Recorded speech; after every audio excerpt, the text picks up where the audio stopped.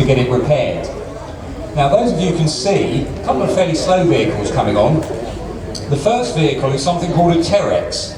That's the one that doesn't quite look like a JCB. It's a whopping great big, it looks like a bulldozer on steroids, and this one is technically known as a Terex 82, and it's one of those vehicles, very slow, but was being used by the military at places like Marchwood Port to take vehicles off of ferries if their engines weren't working, manoeuvring them around the place.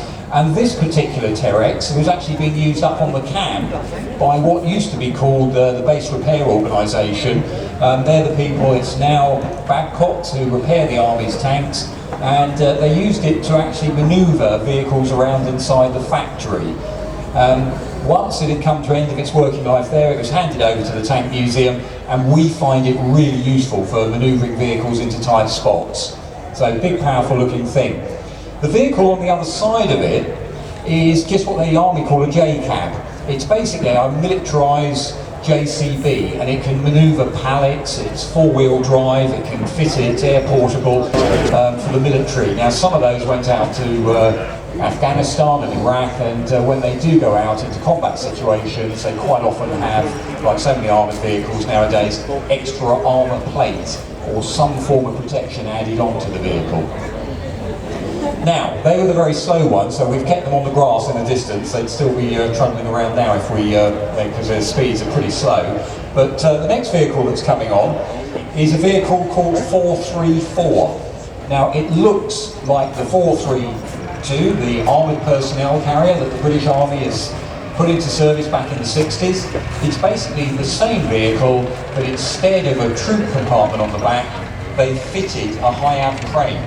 And the idea of the crane there is so that REME, Royal Electrical Mechanical Engineers, could follow around things like chieftain on the battlefield, and that crane and that space on the rear was big enough so they could put a pack in it and be able to put a new pack in a tank.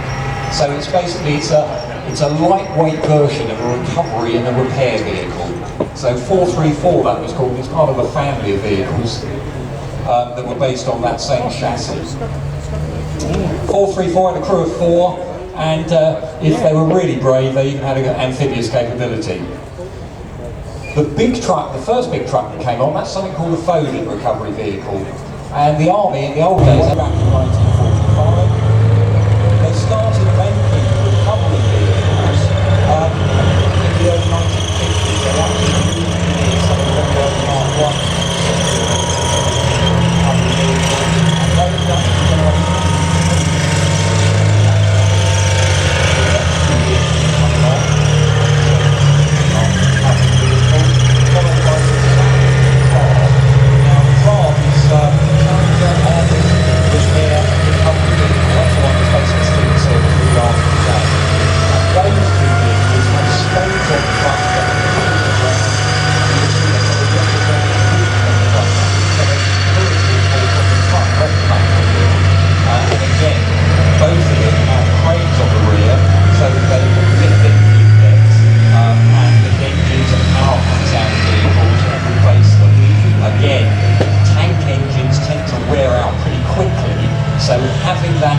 To replace a whole, what they call an engine pack, sometimes that's the engine and the gearbox, things out of the way, but it acts as an anchor, so they can dig it in the ground, so when they're winching, that vehicle's got a lot of purchase.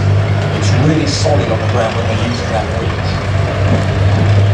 Now the Chieftain ARV, that was one in the middle of the three, that's got a hydraulic winch on the front, and it's also got something called an antlerless hydraulic crane on the rear there. See the driver is on that front glass headway with his head out the hatch. There's space for a couple of spare crewmen in there, so if you're recovering a vehicle, they can shelter under the armour as well. And the commander's in the rear, he's got that composer, and they can fit a machine gun pistol mount on there as well. So in other words, you've got some sort of protection on the battlefield. And again, stowage down the side on all these vehicles. Those tin boxes carry spare towing chains, all sorts of material in the side there, pickaxes, shovels, bolts, everything they're going to need when they're taking a vehicle or needing to recover a vehicle on the battlefield. Now these sorts of armoured assets are quite important because, again, it's a Second World War show. A lot of times a vehicle that is broken down or knocked out by the enemy, if it can be recovered, there's a good chance it can be put back into service the following day. And if that vehicle is left or broken down on the battlefield when the enemy is on fire, you're going to need an armoured recovery vehicle like this. It's not.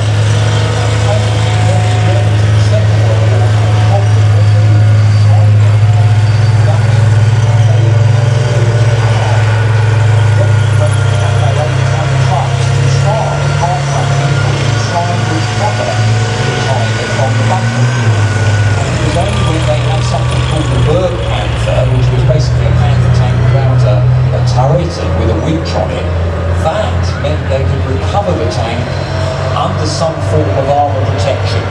And it meant early in the war a lot of Tiger tanks were actually lost or destroyed by their own crews because there wasn't a way of recovering them safely.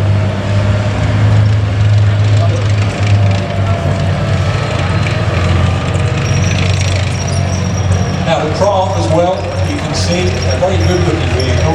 The whole of the British Army's tank fleet has been downsized, which is why we've managed to actually get one of these crafts here down at the Tank Museum. But a very sophisticated piece of kit. The important things as well with an armoured recovery vehicle, it's got to have the same capacity in the way of speed and mobility to keep up with the tanks. There is no point one of those vehicles running way behind a car to be able to keep up with the main battle tank. So what you've got inside that vehicle is the same engine.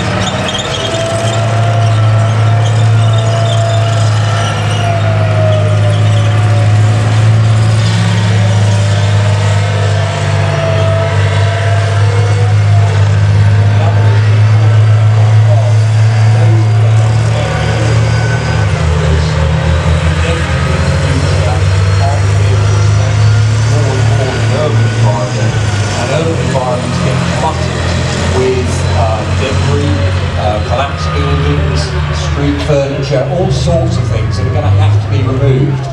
And Challenger 2 as a main battle tank has got fixings for those blades, but something like a craft there, again, armoured engineers, really important that you're able to actually manoeuvre a big heavy vehicle and get it through urban areas, and that means those blades, such as on that craft, really again important for the kit for the military.